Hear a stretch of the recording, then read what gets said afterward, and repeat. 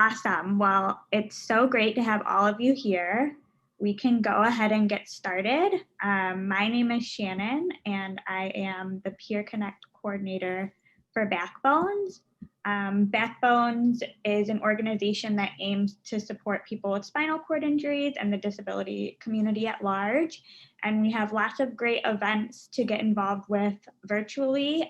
We have conversations about adaptive fitness and adaptive housing and transportation, cooking and nutrition, book chats. We've done open mics, and we're really excited to have a cooking demonstration tonight by Gabby, who is a wheelchair user. Our chat will be recorded and posted on YouTube, so I will send you that link in case you would like to watch it later or share it. And if you have any questions during the event, feel free to use the raise hand feature and we can unmute you, or you can type them in the chat as well. So I would love for Gabby, if you want to introduce yourself and then get cooking, that would be great. Okay, thank you for that. Hi, everyone. I'm Gabby. I'm 17 years old. I'm a senior in high school. I was born with a rare neuromuscular condition called myofibrillar myopathy. In simple terms, it's just a low muscle tone condition, meaning that every muscle in my entire body is extremely weak. So I am a wheelchair user. I don't know if you can see in the camera, but I am. I've been a wheelchair user, a full-time wheelchair user for about 7 years now. I can go more in detail with that later, but yeah, I'm really excited to cook with you guys and ready to get started. Awesome. So my camera setup, I have an overhead angle right here. So I'm gonna unmute that one so that you can see from there, and I'm gonna mute the one in front of me so that you can see how I'm moving around. Feel free to ask questions, things like that. Let's get started. Awesome. I love your setup. It's so cool.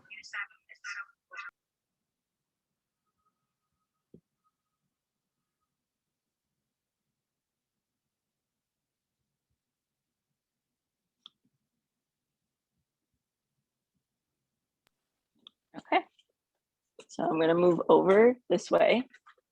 So the first thing that we're gonna do is cut up all the vegetables and everything. So I have a few different techniques that I like to use with different like adaptive equipment and stuff like that. I have part of it cut up just for sake of time and whatever, just for this class, but normally I would just do everything on my own. So I have lightweight, extra sharp knives. They're from Pampered Chef. They're nothing special, it's just ones that I found. So I'm gonna start by cutting those up, and I'm gonna show you another technique that I have afterwards to cut vegetables. So you might notice as I'm cutting that I don't hold the vegetables the like proper like chef way, how they say to turn your hand in like this so that you don't cut your fingers. For me, it's hard for me to grip the vegetables that way. So it's actually more dangerous if I do it that way because my finger could slip and then I can end up cutting my hand. So I'm just really, really careful to not cut my fingers cutting with holding the vegetable and whatever I'm cutting with my fingers out. So I just have to be really, really cautious. You can go ahead and cut up all your vegetables, whatever you're using.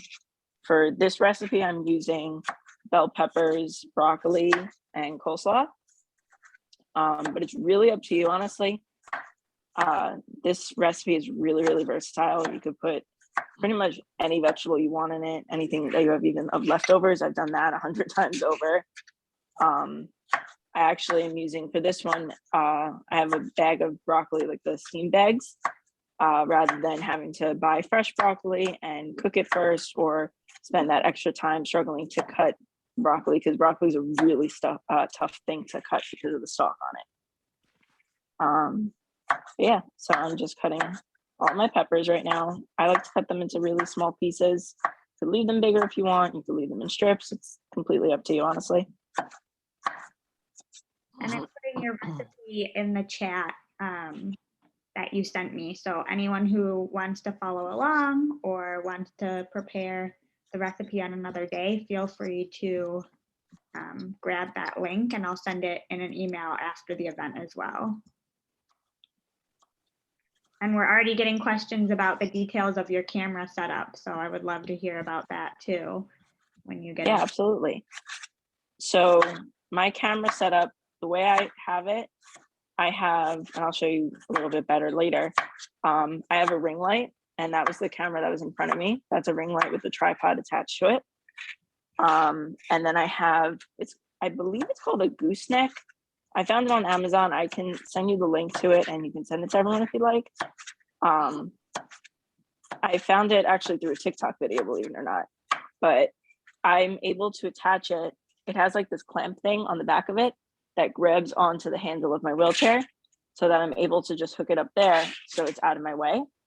And it goes over my head, and it's pretty much out of my way because it's right next to me. It's not like hitting me in the head or anything. And it can bend and like twist in any direction that I need it to. So yeah. Okay, so that was the first way that I cut them, that is just normal with like a knife. And then the other way, I have found this kind of like a mini food processor. It's kind of a manual one. So I just put in large chunks a piece of a pepper. You could put more or less. It was just what I put just to demonstrate with. So it just goes right on the lid. You unlock it, so this goes up. It's a little difficult, but I've learned like if I use two hands on it, I can do it better. Just let me know if you can't see it, and I'll move the camera, but it kind of just comes down, and I'll show you after a few pumps what it looks like. It's a little bit of strength. For me, it's a little bit more difficult, but it's the job done, especially when you don't want to cut everything up manually. There's a lot of energy. It takes time and energy. Yeah, that's a really cool find. We'll need all the links to all your adaptive devices that you've acquired. And majority of the equipment that I have here, it's not even anything that's like specifically for adaptive, which is what I've learned to use. This I believe is from Pancake Chef, this chopper thing. So as you can see there, it sliced up all the vegetables into really small pieces, which is exactly what I want it to be. And it's good to go that way. I'm just gonna add it to my bowl so I have it. That was much quicker too. That was awesome. Exactly, yeah. Much quicker, and it saves me so much energy because for me to be cutting with a knife like that constant motion, it tires my hands out after a while. So something like this is so much easier.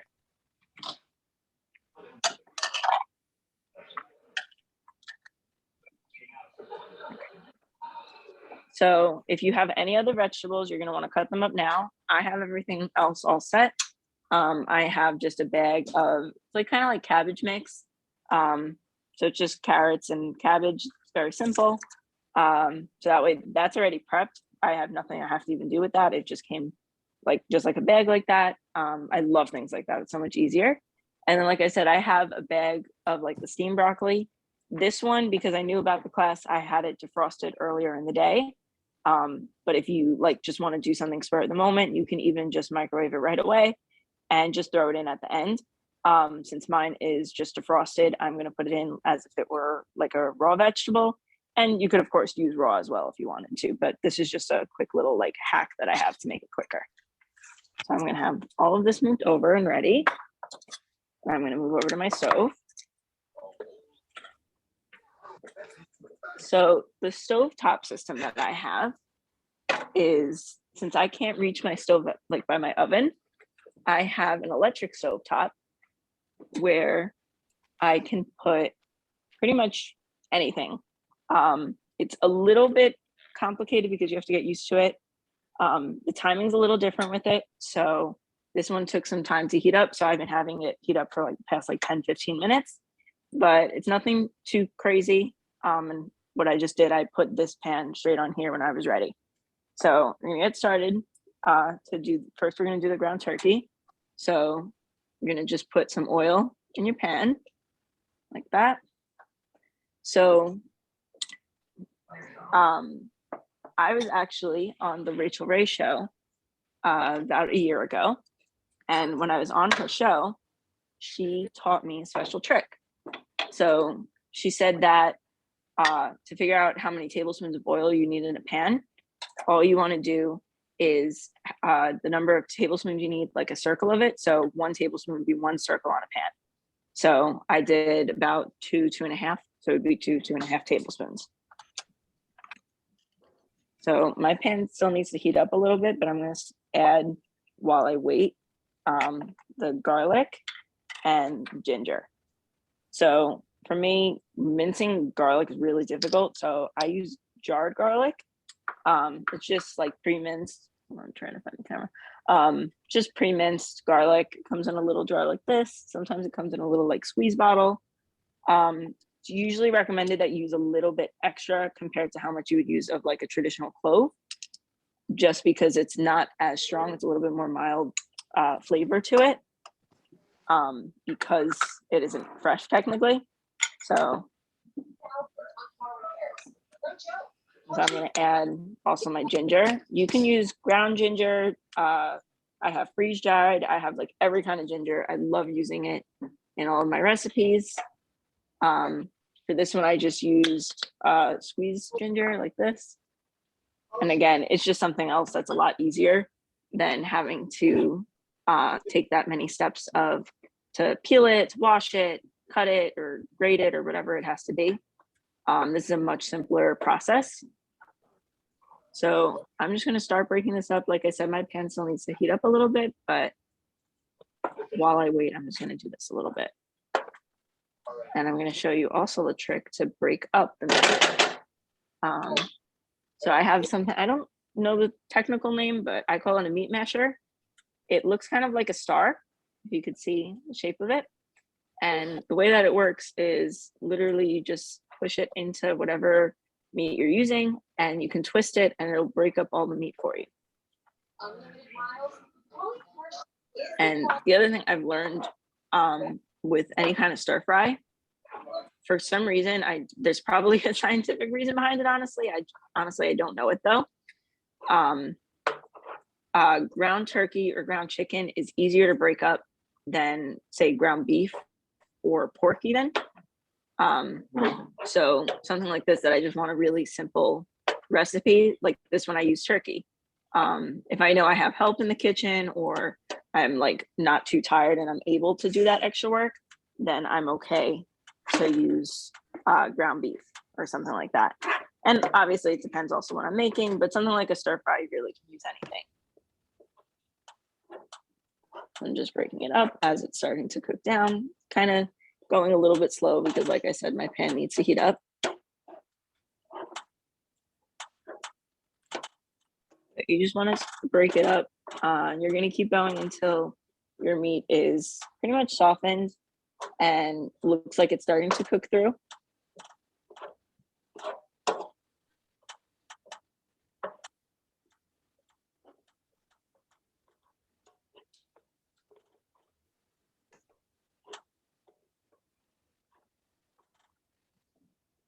So I'd love to take any questions if there are any while I'm doing this. Yeah, do you want to talk a little bit about how you got your start in cooking and, how you attracted attention from the Rachel Ray shows and all your other appearances so far? Yeah, absolutely.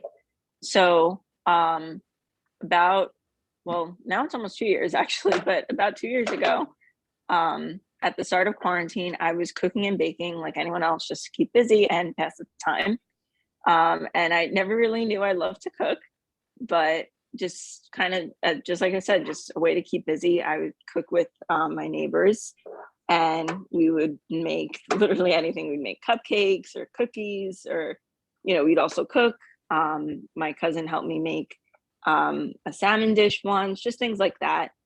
And I ended up basically falling in love with it. It has turned now into the point that I want to turn it into my career. I want to have my own cooking show one day. I'm looking to go to school for that. So that's pretty much how I got started. I had done all these classes during quarantine with the New York City Wine and Food Festival. They were holding cooking classes. They were like, I believe, about $25 a class. and they were with all different celebrity chefs. And these chefs would go on Zoom and they would teach a live class like with you. You get to ask them questions and you would get the recipe in advance, so you'd be able to cook with them live. And I did a few of them, and I got to do them with chefs like Rachel Ray and Daniel Blood, Valerie Bertinelli, a lot of people like that. So Rachel Ray got used to seeing me in her classes after a while, because I would type in the chat during each of her classes. I would ask, could you shout out Cooking on Wheels, and could you, give me a follow, anything like that. And after a few classes, she actually said her husband was her cameraman at the time because it was quarantine. And she said to him, she's like, John, I got to write her name down. And within like a week or two of her saying that, she messaged me on Instagram saying, would you like to be on my show, basically. So I got to cook with her in November of 2020, and I got to cook for her 2,500th episode special. It was me and like 7 or 8 other participants, and we all got to make, it was a beef pot pie, but it was like a deconstructed pot pie. And we got to make it live with her, again on Zoom, but I got to cook with her. And yeah, so that answers the question, basically. That's so cool. And do you have any other people that you aspire to cook with?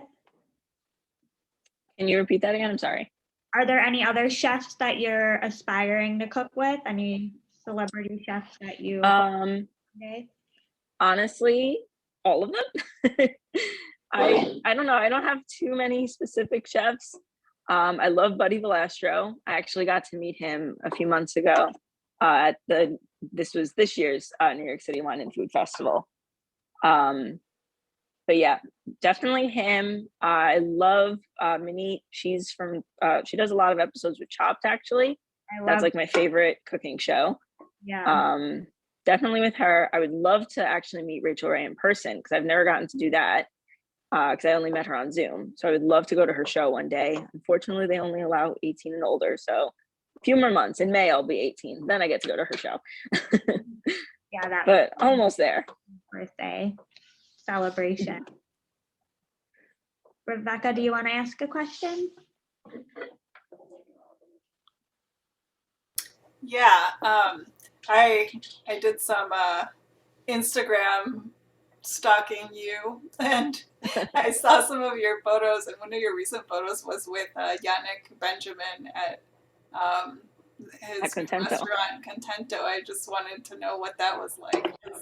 I'm really excited they opened up that restaurant. It was so amazing, honestly. I'm actually going there tomorrow, believe it or not.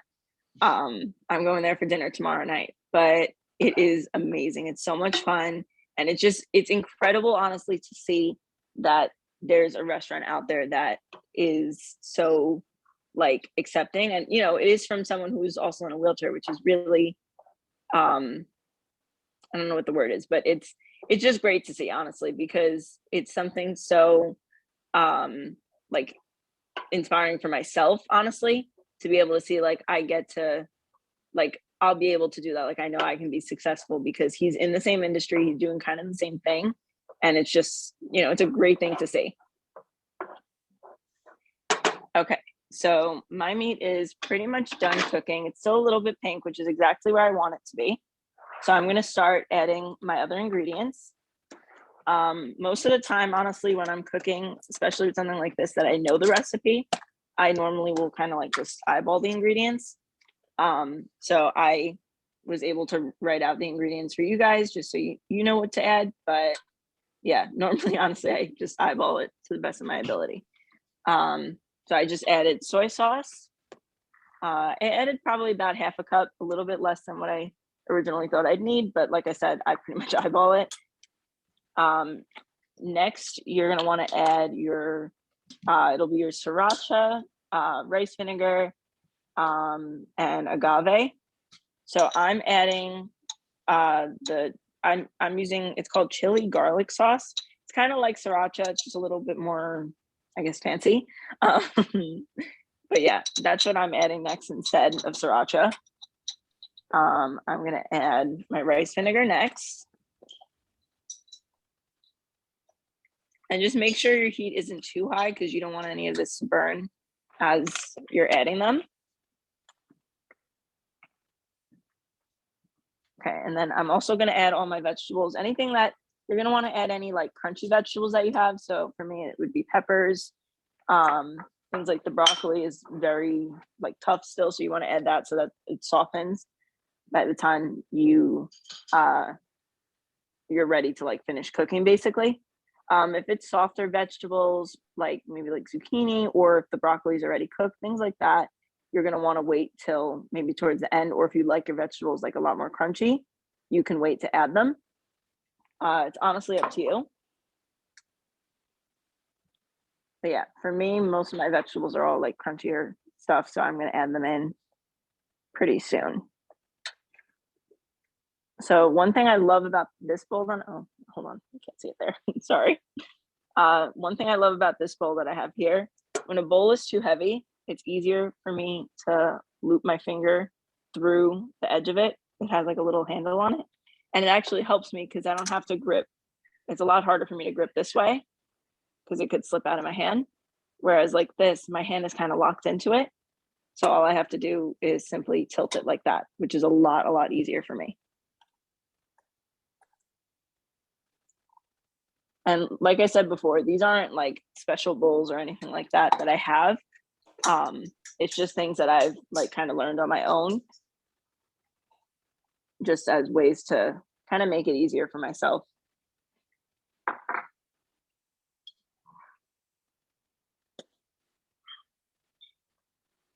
So right now I'm adding my agave. I added all my vegetables.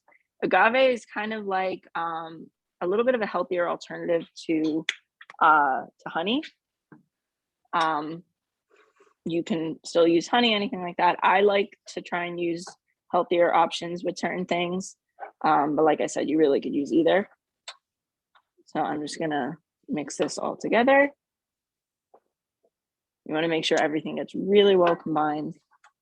And another trick that I like to do, so my arm gets really tired with like mixing and stuff like that. So something that I like to do is, if it's a little difficult with the spoon. Unfortunately, my other spoon broke, so I have to get a new one. But when it's a wood spoon with like a long handle, I'm able to leverage it so it's easier to mix instead of me like digging with my arm in to mix it. And it's a lot easier that way. Because then all I have to do is kind of like push it to lift it up. So that way it keeps it moving so nothing burns. I never thought of that. That's a good trick. Thank you. It looks delicious so far. How does it smell? It smells amazing.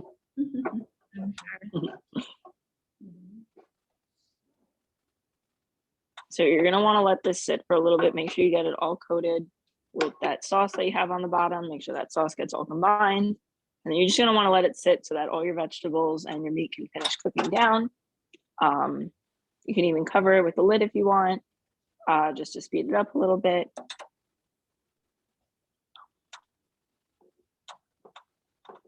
Are there any more questions while I mix? Any questions from the audience? You can put them in the chat or raise your hand and we can unmute you.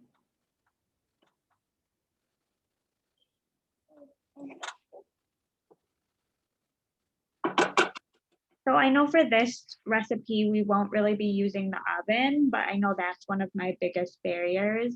Do you have any tips on to use the oven safely as a wheelchair user? I have to say that's one thing I really haven't figured out too well. I figured out how to open my own oven, honestly, but it's not a great way. I can definitely show you though. I'm just gonna put a lid on this so that it could sit for about 5 to 10 minutes, just like I said, so it could all cook down. While it sits though, I can actually show you, it's like a perfect time for me to do that. I can show you how I open and close my oven. So I'm just gonna, sorry that you're getting like an overhead angle of me moving, but okay, I'm gonna move right over to my oven. Can you see it there? Just if you can let me know. Okay, so the way that, here, I'm gonna show you a little bit better view for a second. The way that my oven is set, I have counters all near it, so I can't I can't roll in front of my oven. So I go next to it and I pull from the side. So pretty much what I do, I'm gonna put it back on the stand so you can see. I try and get as close as possible, but I try and stay back so I won't burn my leg or anything. And I just kind of roll backwards and pull with all my weight. If I pulled harder, I could get it open. Right now I'm just holding it with my hand just to show you, but my oven door is really heavy. So usually I just have to pull with all my weight and get it to like open all the way to the floor. And then once I have it flat, I'm able to then put anything in the racks of the oven. Have you found any good pans or dishes that are easier than the standard to get in and out? I have some lightweight pans, not too many. That's one thing I am still searching for. But yeah, I have some. I can definitely send them to you so that you can share them with everyone. So right now, while the stir fry is sitting, can I show you guys some of the other adaptive equipment I have of like my cooking stuff? Yeah, that would be amazing. So some things I have are, they're really simple, but they're really small bowls, but they're really lightweight. I've just kind of learned from trial and error what's easiest for my hands to hold and stuff like that. And something like these is a lot easier. I have cutting boards that so they're plastic, so they're really thin. And I have 3 of these actually. These are from Pampered Chef, and they have this like rubber film on the back, which is great because when I'm cooking and I need to bring something over to the stove or the counter, it actually won't slip on my lap. Like I can push this and it's not moving like at all. So it's a great thing to have for something like that, or even when it's on the table, it really won't slip when like it's touching the table, it won't move that much. What? Okay. Next thing I have, I showed you the other knife before, but it's a whole set. I have from tiny itty bitty little knives like these ones, to ones like these, to I don't know where it went, but the really big one that I had before. But they have all different sizes, all different like strengths, everything like that. And like I said, these are like my favorite knives. I love them. And what? Yeah, here's the, so this is the really big one. What? You? Yeah, this is all from Pampered Chef. I had done, it's called a party with them basically. So it's all on social media. If you look on my Instagram, it's all there. Basically you just share like your party link basically, and all friends and family can go and purchase things. And it's, I believe it's at a discounted price as well. I did it with my aunt, who's a Pampered Chef consultant. And she was able to help me because when you do a party like that, after a certain amount of money, like after the people who use that link, after that money is spent, you're then able to get all different like discounts and things like that, on different products. So it was perfect for me because it was right when I started like really getting into cooking, and it was a great thing for me to like start up with. So I was able, I actually even got an air fryer with it, which I can explain that later. Oh, that's awesome. So this is a regular measuring cup, one that my mom would use. This is really heavy for me because it's glass. And obviously then I have to be really careful not to drop it because it is glass. It would be, you know, dangerous. But I got, again, from Pampered Chef, I got a whole set of measuring cups. This one goes all the way up to 4 cups, and they have them as small as a 1/4 of a cup. I love this one. This one's like probably my favorite because it's so tiny. I have 2 of these actually. And I have them all of different sizes, and they're so much easier because I can do it even with one hand, like this. And like I said, there's so much more lightweight versus a glass one because they are plastic. So it's a lot easier to use. The next thing I have, it's kind of like that other chopper that I showed you, except this one is a like miniature version of it. This one I found on Amazon, and again, I can send you the link for all of these. So this one you would just put, usually I would use it like to mince garlic if I have like a lot to mince, rather than using the jarred one. So I would just put it right into the little like container thing. And then this one actually, it's a little bit difficult, but I've learned to make it work. It's a string, so you pull it, and as you pull, I will show you from the bottom, the blade turns. and as you let go, it turns back. So it keeps moving. And as you pull back and forth, it'll be able to chop like whatever's in it. And it's really useful, like I said, for something like garlic. It's just a little difficult, like for me to grip it and to pull, like to do that pulling motion back and forth. But like I said, I make it work when I need to. I have a few more. So this one's actually new. I haven't gotten to use it yet. I got it for Christmas from my mom, but I can at least show it to you. It is an electric can opener.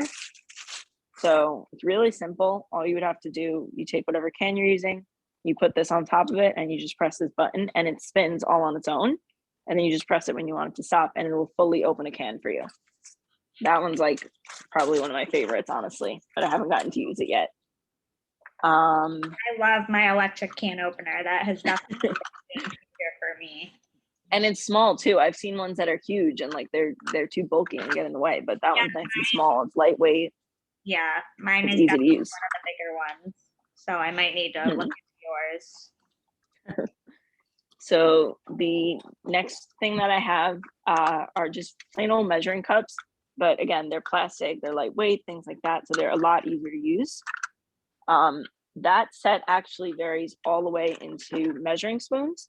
And the thing I love about these, whenever I have to measure something heavy, sometimes I need 2 hands and it gets complicated. Like this is a regular, this is a half teaspoon, but this one's a regular one that you see how it kind of tilts.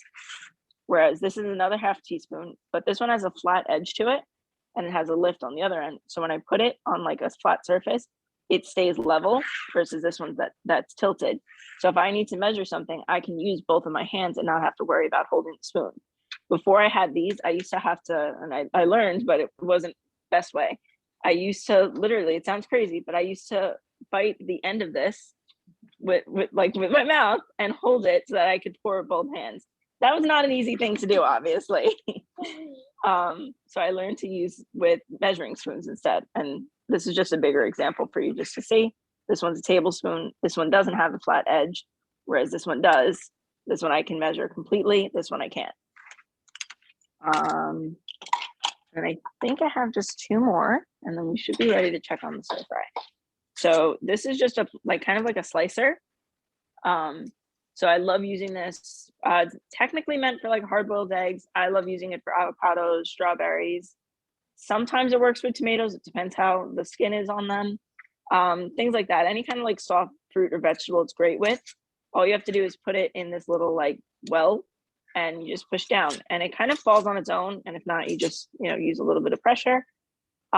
This is great because literally, like I said, it slices everything really, really well. And it gets really like thin slices, goes all the way through. It gets very clear because it goes, I don't know if you can see it fully, but it passes through it completely. And then my last thing that I have, so the salt and pepper mills that I have require you to press a button, but I've also seen them that they make them now that it comes out from the top. So all you have to do is flip it upside down for it to come out. Whereas mine, I'll show you just on this. All I have to do is press a button and it comes out of here. And they're battery operated, so they're really easy to use. And yeah, that's it. So I think that's all of my products. I know that's a lot of them, I'm sorry. But I wanted to show you guys as much as possible, honestly. So I'm gonna go back over to stir fry so we can take a look at it, check on it, see how it looks. I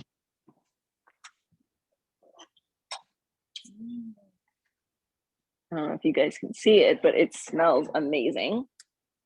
It looks really good. Give me 1 second so I can put the lid down. Okay, and I'm just gonna mix it a little bit. And it's almost done. So if you want, you can use it, you can top it with rice. I love using cauliflower rice. You can eat it by itself. You could eat it with like noodles if you want. Honestly, it's really however you want. Like I said, I love this recipe so much because it's just so versatile. And our last 2 steps are to add our seasonings and pretty much just to plate it and enjoy at that point. I just have the salt and pepper and the spices over there.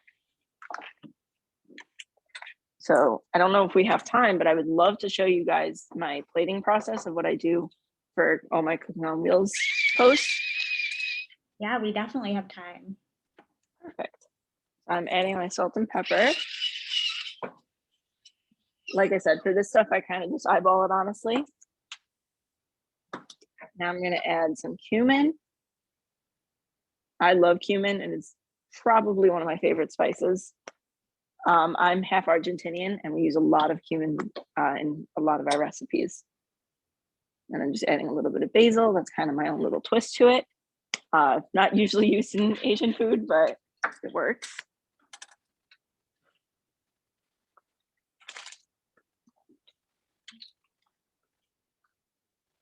Can you microwave it for me?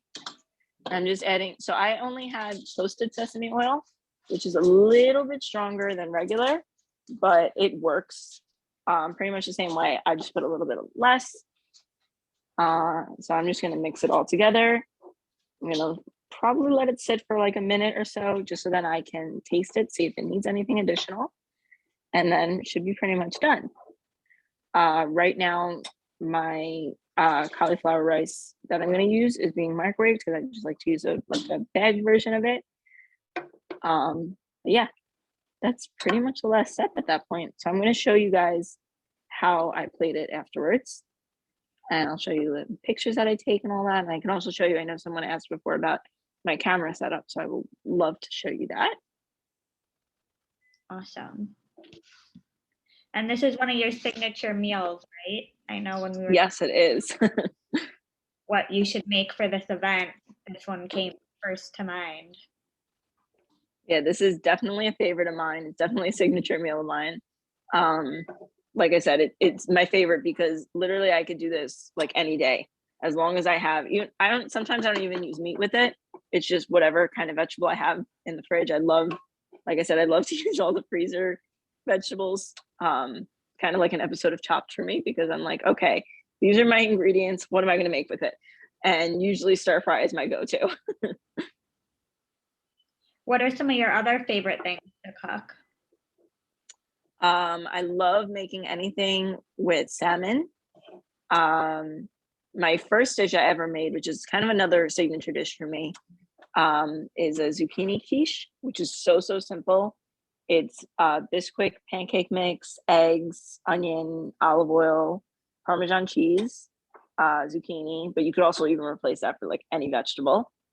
That's, from what I can remember, at least, that's pretty much it. I know there's like basil and tarragon in it as well. But yeah, that's a really simple one. Another one I love is, it's called an artichoke casserole. It's basically marinated artichokes, marinated artichoke hearts.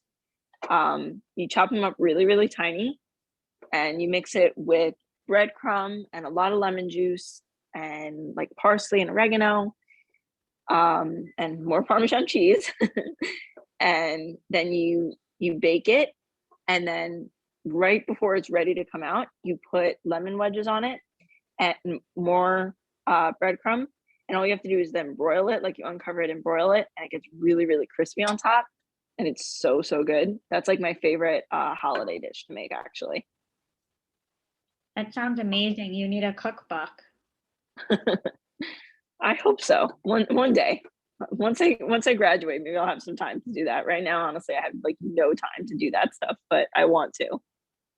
Do you take a lot of cooking classes at school? So my school doesn't technically have any cooking classes. We have a cooking club, and we have our own TV network where I actually do cooking episodes for them. I actually filmed one today. I made a cookie butter cheesecake today. Ooh. So hopefully that'll be posted next week. Usually I post them on my Instagram too, so that everyone can see them. And then I'm in the process of working with my school's like the chef in our cafeteria.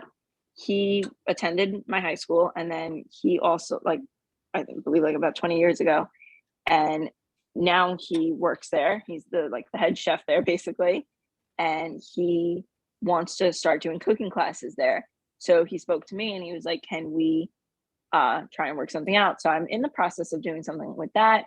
am in the process of even doing a fundraiser with him, because I do fundraisers for rare diseases. Rare Disease Day is actually on Monday. And next week I'm doing a whole fundraiser at my school. We're selling denim ribbons.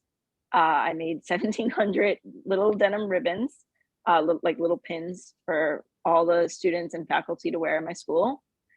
And we're doing a dress down to show our support and things like that.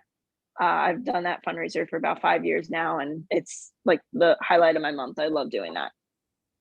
That's awesome. You're so involved. Thank you. So how do you know when it's done?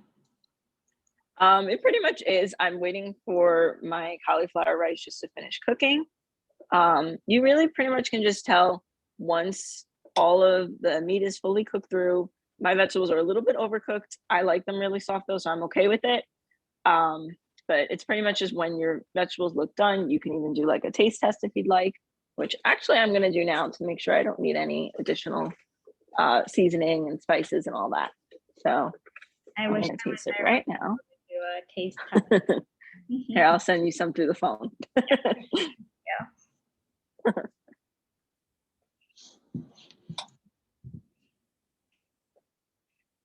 So I think mine is good. I'm very happy with it. How did everyone's come out? I don't know if anyone's cooking along with me, but how did it come out for anyone who did? Is anyone cooking along? I'm definitely gonna try it from the recording. So I'll let you know how mine. Thank you. Yeah, let me know how it comes out. I definitely feel like I'm imagining that smell. It smells amazing, trust me. Yeah, all the spices, I'm sure. So I just have to wait like 1 more minute while the rice just finishes cooking. So I'm going to show you guys really quick my setup that I have. For you had asked about my cameras and stuff like that. I'm going to show you. So I have an old phone that I use that's right over here. And I have it set up like this, just right in front of me. So this one right now is muted. This was the one that I was talking to you from. So then when I want it to switch to that, because when it's on speaker view on Zoom, I'm able to have it switch over to the one that I have unmuted, which is the phone that I have in my hand. So I can show you the tripod that I have it on. So like I said, this is called a gooseneck. I had my phone clipped right in this thing, just like clamps on like that. And it grabs on, you see on the handle there, there's like a thing that twists right onto it and it holds it into place. And yeah, that's how I'm able then to I'm able to see all of you because the phone is like right at eye level to me. So I'm still able to see it if I like lean over like that. And like I said, I'm still able to see even in front of me that I'm able to see this phone. So sometimes I'll even use a laptop. So I'm able to move it and like see like all of you guys and all that stuff. So yeah, That's awesome. that is my camera view. So let me. How did you come up with it? Honestly, I had done a cook along last year for last year's Rare Disease Day event because I had to do a virtual one because my school was we were pretty much closed. So as I'm talking, I'm just going to be opening my cauliflower rice bag so then I can put it in a bowl and I can start plating so I can show you all. So last year I did this cook along event where I was able to teach, it was about 15 people or so. And it was all students from my school and parents and things like that, of all people who just wanted to cook. And it was all a donation to the Global Genes Foundation. That's the foundation that I donate to every year with my fundraisers. And I was able to do this event. Basically, I taught them a recipe actually provided by Rachel Ray. She donated $10,000 to my fundraiser. Wow. Yeah, I honestly, I can't even thank her enough for that.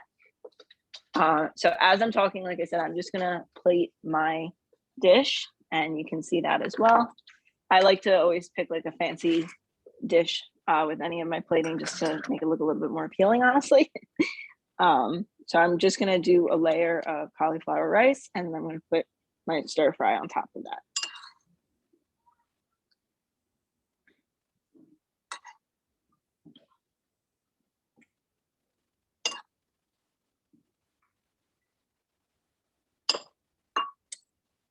And how many servings would you say this makes? For the stir fry itself, I would say if you're eating it just by itself or just with rice, I would say it probably could feed about 2 to 3 people. I have a twin brother who can eat enough for 2 to 3 people on his own. So this is enough for him. And I'm not even kidding. I'm being serious. That's how much he eats. So usually I have to like double or triple this recipe. But since it was just for the class, I didn't have to do that. But yeah, normally I would say it feeds 2 to 3 people.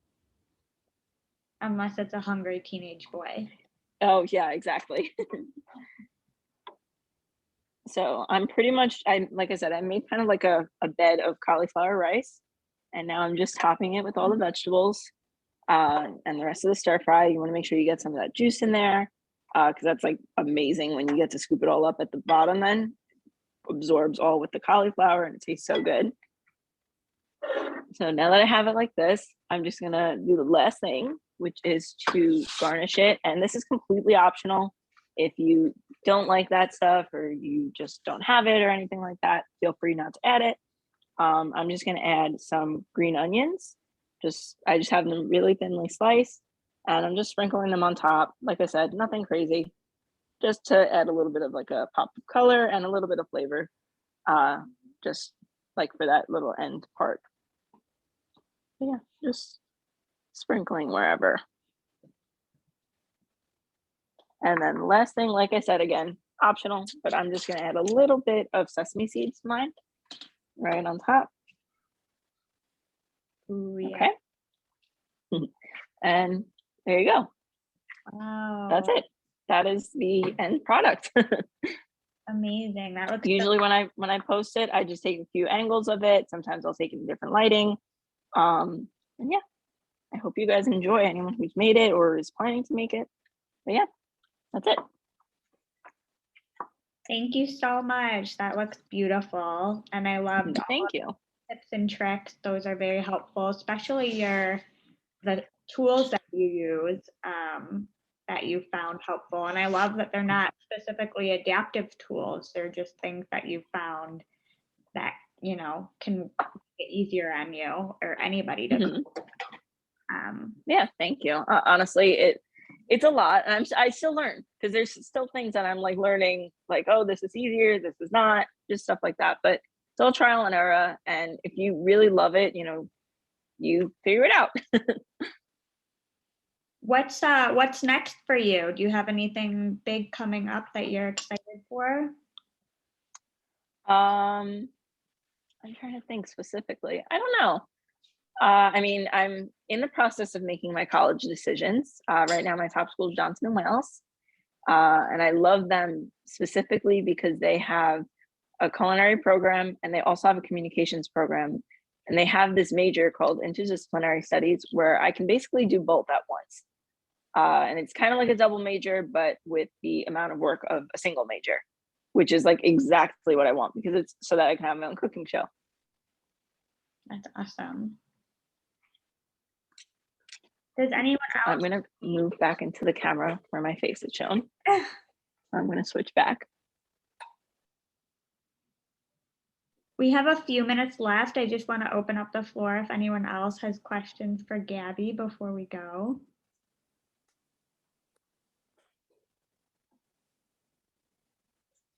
Hi, Gabby, it's Amber. Hi. I had a couple questions.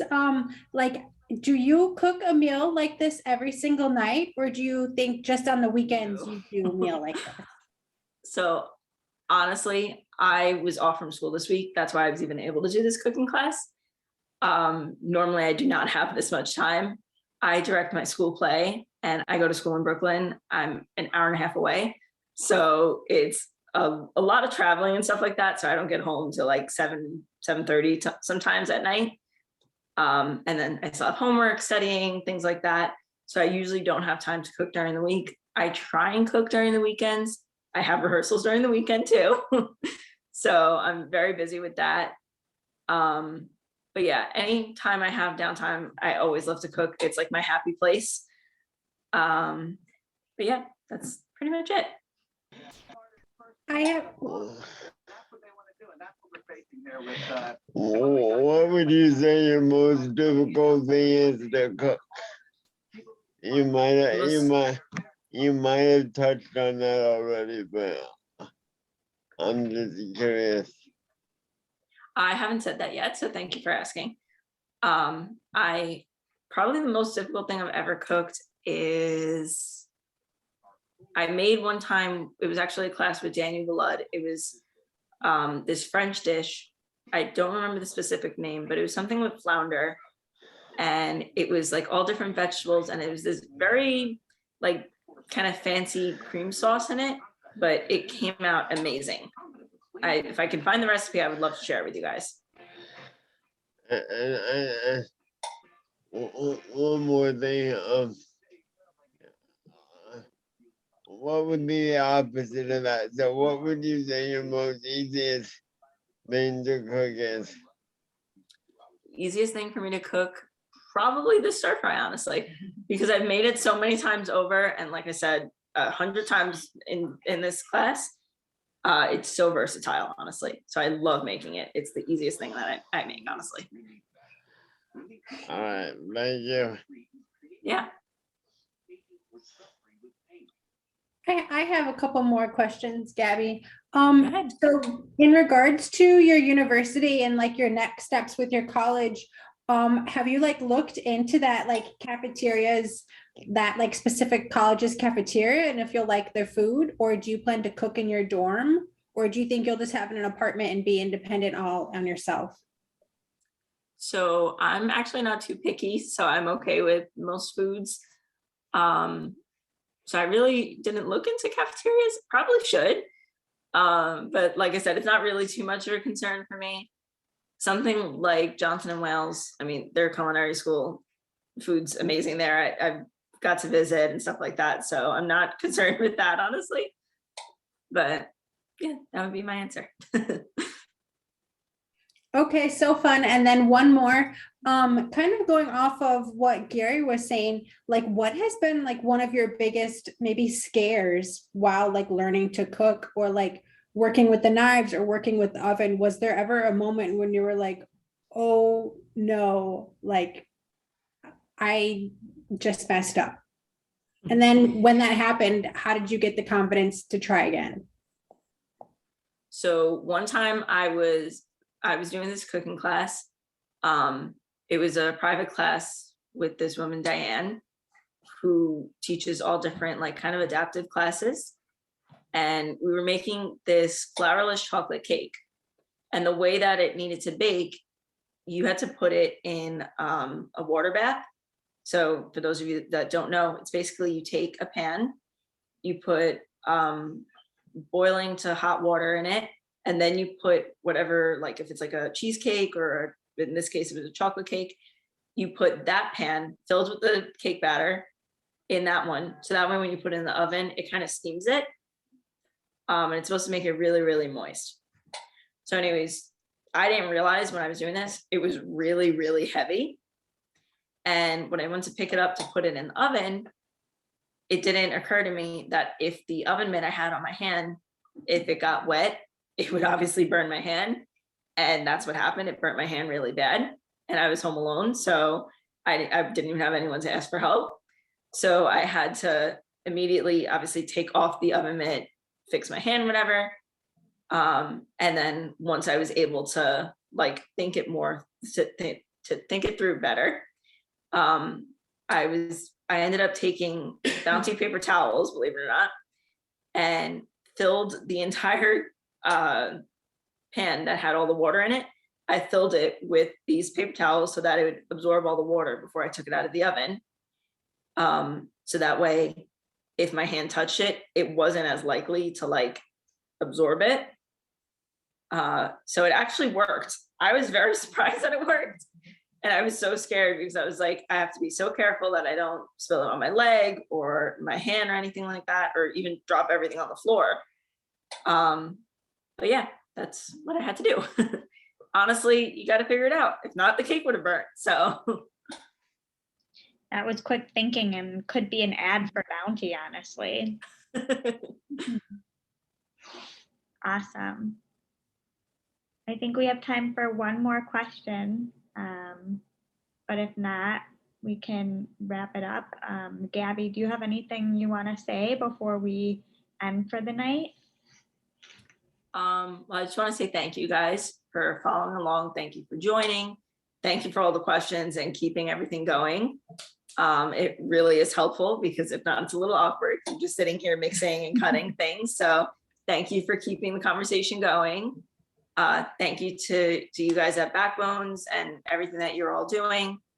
I really appreciate it. And thank you for reaching out about this class. This is exactly what I want to do with my life. So I was so excited to be able to do this. So again, just thank you guys, honestly.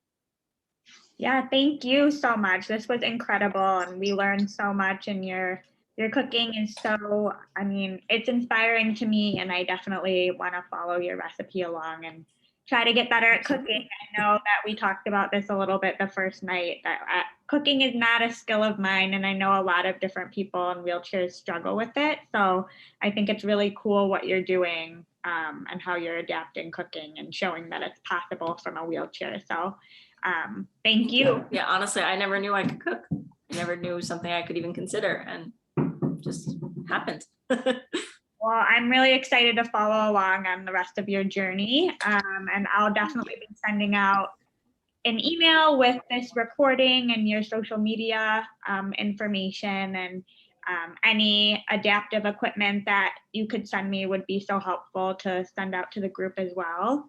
And I'd also like to thank the audience for joining us and following along. This was a really fun event, and we hope to plan more like it in the future. So in the email, I'll also send out a survey. If you have any feedback or suggestions, it would be really great if you could let us know if there's anything that you would like to see in the future. But I will wrap up this event for the night. I want to be mindful of everyone's time, but thank you everyone for coming and participating. It was a really fun event. Bye. Good luck in your future. Yeah, Bye, guys. Thank you so much for watching. thank you. Enjoy your dinner, everyone. Thank you too. Bye. See you later.